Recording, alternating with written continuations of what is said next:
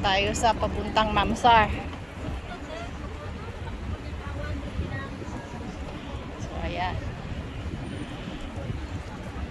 So, magaling na yung sugat ko. Kaya, pwede na ulit tayong mag-bike.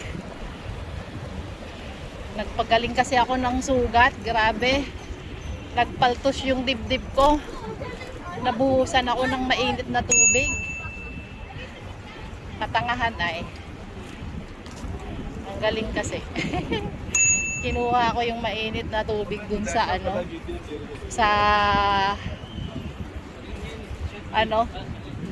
sa taas ng rep. Kaya ngayon lang ako naulian. 1 week din ako nagpagaling ng sugat ko. So ito. Brum-brum na naman tayo. Bit. So tingnan natin. Pwede na siguro ako maligo sa dagat. Para mag-heal na rin yung aking sugat. Wish ko lang sana hindi magmarka.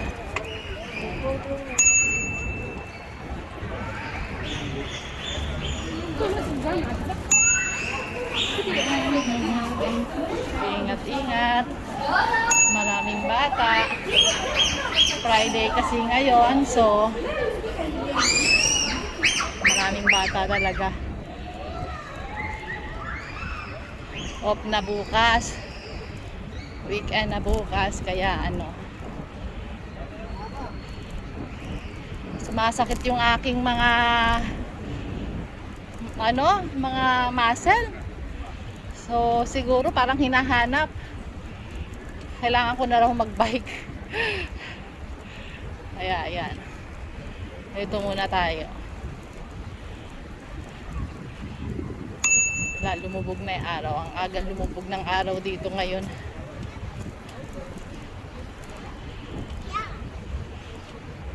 Alas 6 pa lang eh. Ano pa lang, 5:30. Pasikat pa lang, palubog pa lang yung araw eh. Sana lubog na ngayon oh. Alas 6, madilim na. Talaga. Mag-exercise lang. Mag-stretching, flex ng muscle. Para hindi kalawangin ang mga joint. Kailangan laging piniplex. Kasi nawawala na ng lubricant pag nagkakaedad na. So kailangan talaga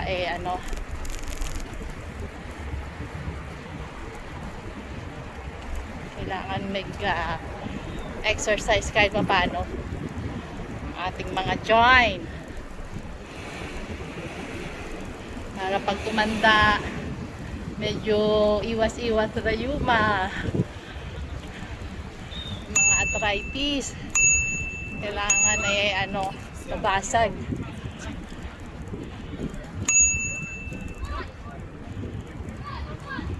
Basagin natin ang ating mga arthritis. So ayan. Dito tayo sa may Baywalk.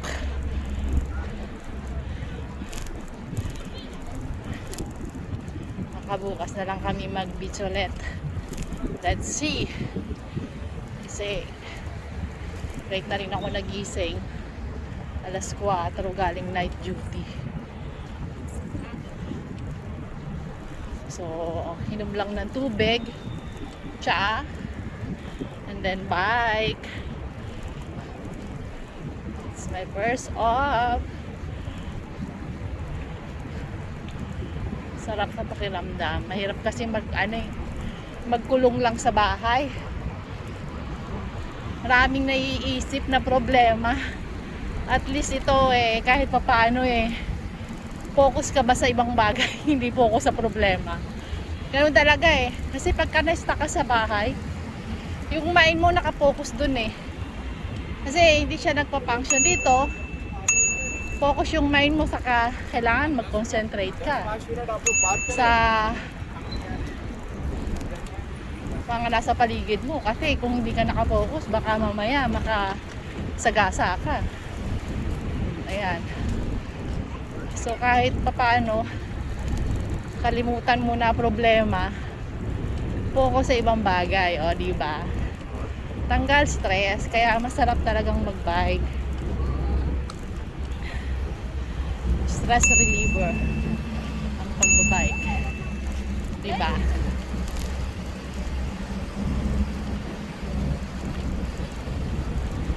Exercise ka pa. Diba? Ang sarap mag-bike. Hindi muna tayo pupunta sa mga Dubai. So, sa second off na ulit ng morning, mahaba-haba ang off. Mas mahaba ang off ko pagka off morning. Off ng morning. Pag off ng night kasi, yung first off mo nakain na eh. Half na lang kasi tinulog mo yung unang araw ng off mo. Galing kang night duty. So bukas, buo yung off mo. So gagawin mo naman, magluluto ka. Paglalaba, mamamalansya ng uniform mo. Gagawin mo sa isang araw dahil kinabukasan, duty mo na rin ng morning. Oh, diba? Ganun lang ang life. Ganun lang ang life ko dito sa Dubai. Kailangan maging kapaki-pakinabang sa lahat at sa sarili, di ba?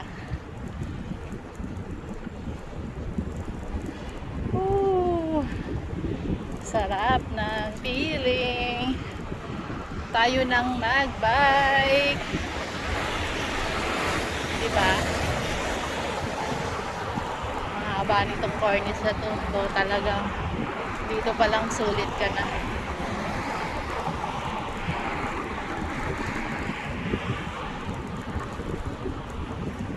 Okay na to kaysa sa mag jogging ako tsaka walking, mas pagod. Ito kasi at least medyo relax, hindi puwertado ang iyong lungs at heart. Yun naman ang kailangan natin mag-function yung dalawang pinaka main organ natin para maging stay healthy tayo. Ang ating lungs at saka ang ating heart kailangan maging healthy. So ayan, after this, isang ikot pa, babalik, and then kakain. Ganun talaga ang life. Ewan ko kung saan kami pupunta. Baka pwede pang magtawid sa kabila, Mamsar. Ito yung Mamsar Sarja. So pwede naman ako tumawid dito. Diyan. Yan lang. May konting highway. Dito na lang muna kami kasi papawis lang yung intention ko, and then kumain dahil wala pa akong kain for the whole day. Natulog, burn muna ng cholesterol bago kumain. Unang kain for this day mga alas 6, kasama na ang tanghalian, merienda, hapunan. Okay, nakain sa paboritong kainan. Anin lang natin yung dulo, then babalik na tayo dulo hanggang sa may Peace Market siguro. Itong aking gagawin, anin natin itong dulo. Paspasan na natin para maubos na yung yung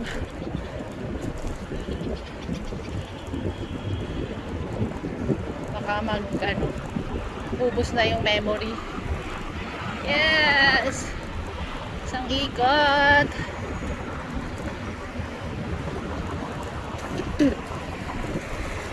Daan lang natin yung dulo, then Balik ulit tayo sa isang dulo.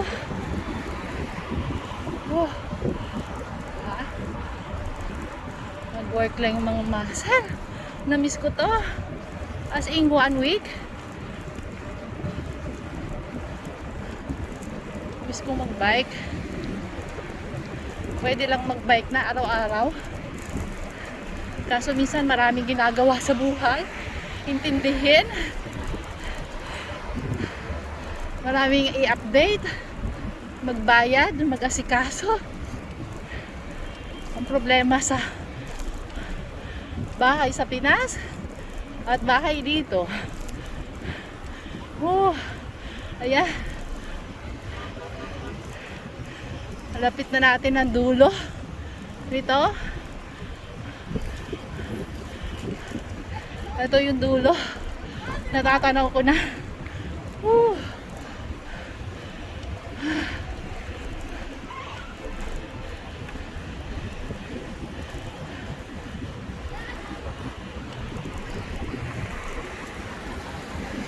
Okay.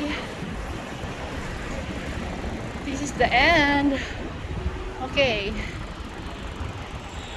Ito na ang ating